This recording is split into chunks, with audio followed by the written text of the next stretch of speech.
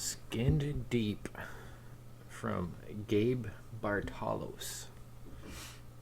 Tina's family is brutally butchered, but Plates, played by Warwick Davis from Willow, Leprechaun, and Harry Potter, Surgeon General, and Mom decide to keep her captive so that Brain, the sensitive member of the family, can finally have a girlfriend.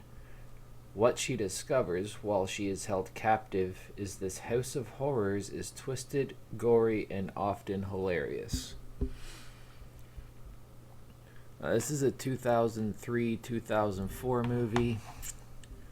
Feels like an SOV flick shot in 1991, though, so it has that nice old school charm to it.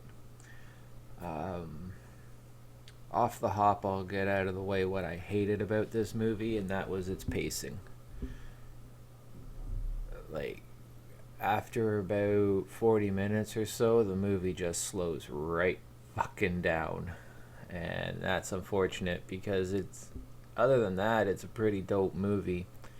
A lot of the cinematography reminded me of this French director dude. Goes by the name of Jean-Pierre Jeunet. He's one of the people responsible for this flick. If you want to look it up, City of Children or City of Lost Children.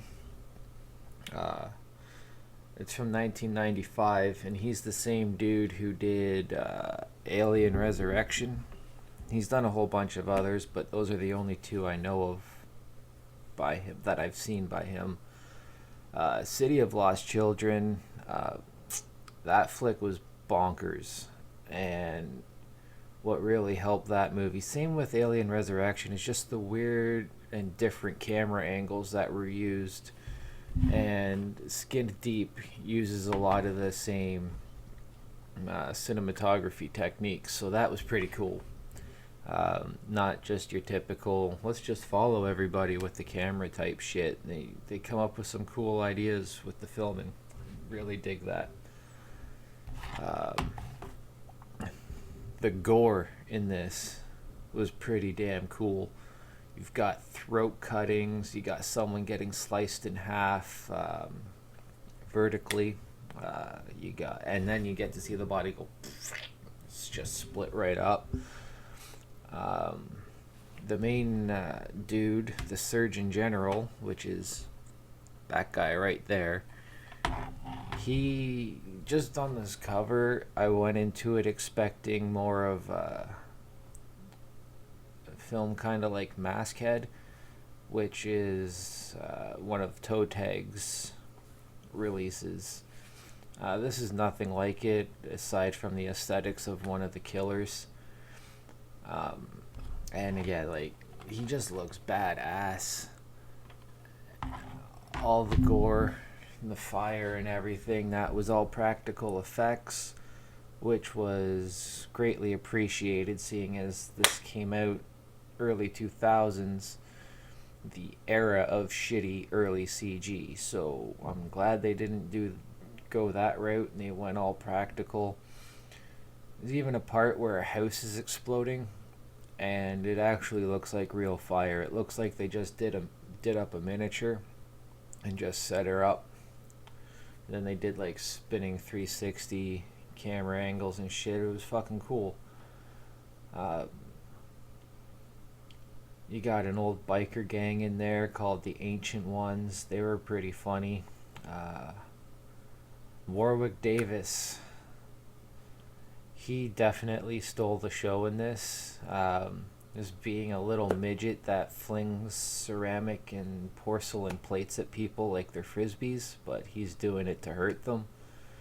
He's got a little back rack thing where he can store like 5 or 6 plates. He just goes kind of like an archer does with their quiver of arrows, except his is a fucking quiver of plates. Man, he was hilarious in it. Fucking Warwick Davis. And like, he even had a few one-liners like he does in the Leprechaun movies. Not as good as his Leprechaun performance, though. Nothing he does will ever top that. Fucking, why the fuck would they mention Willow on the back of a B horror movie? Like, fuck. What else? The mom. Oh man, her acting and everything. She was just awful in this movie.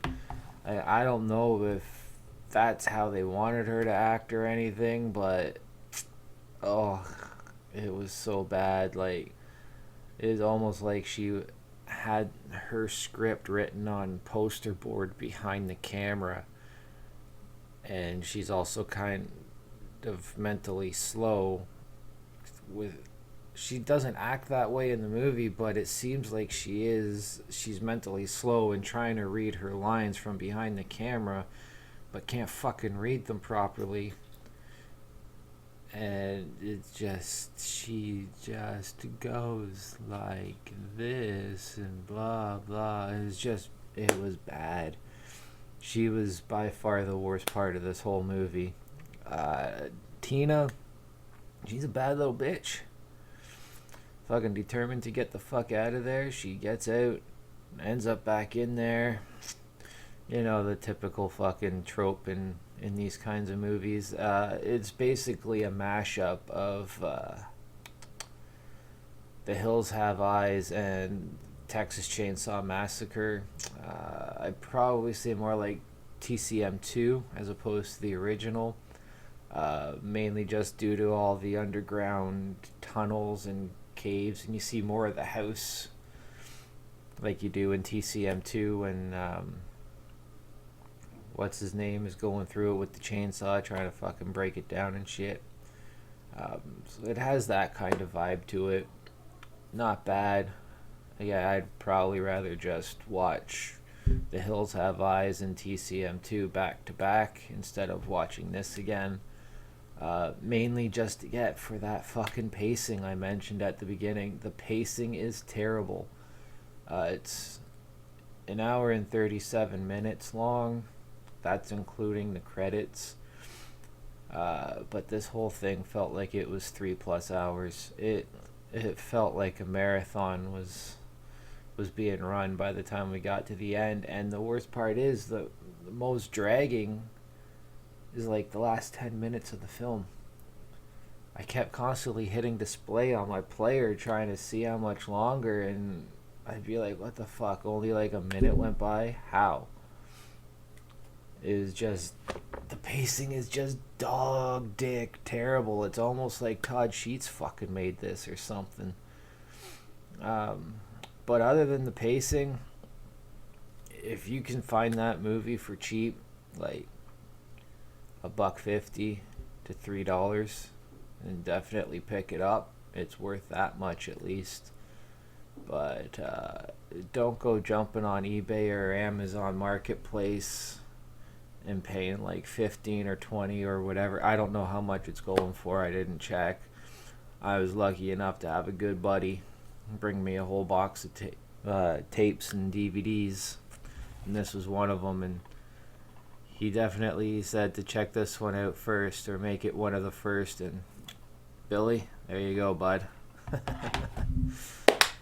Thanks for the flick. Let's hope most of them go by quicker than what this one felt like, though, bud. What is it? It's a Fangoria Presents Gore Zone video. Most movies that have Fangoria on their cover, in my experience, it fucking sucked.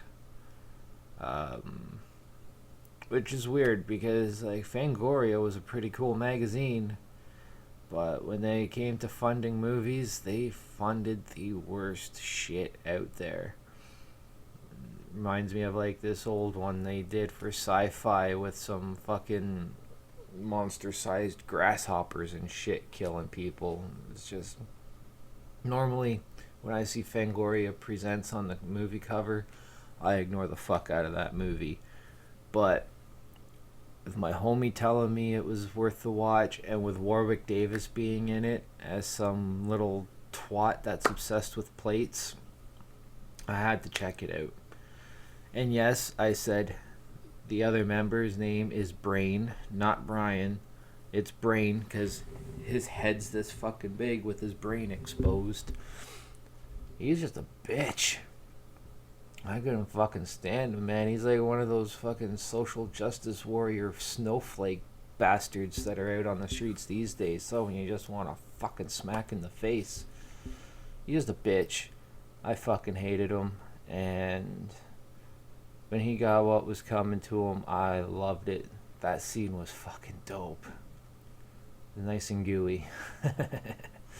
Don't really want to go into too many details on how people died and shit, just in case you folks can find a copy. I don't want it to be completely spoiled for when you're watching it, but you'll see what I mean by Brain. His face is probably plastered on that screen by now already anyways. As I see, I've been yapping for like 11 minutes about this movie already. Sorry about that. So yeah, if you're a fan of The Hills Have Eyes and Texas Chainsaw, and you come across that in like Goodwill, Value Village, or a used movie store, definitely pick it up. But like I said too, don't go spending collector money for it. Not worth it. Or hell, it might even be up on Tubi or one of those other sites, but definitely check Tubi because Tubi's free and they got a lot of B movies on there. There's some fucking B movie gold on that site. And yeah, skin deep. There's my fucking review, folks. Thanks for watching. Stay sleazy. Peace.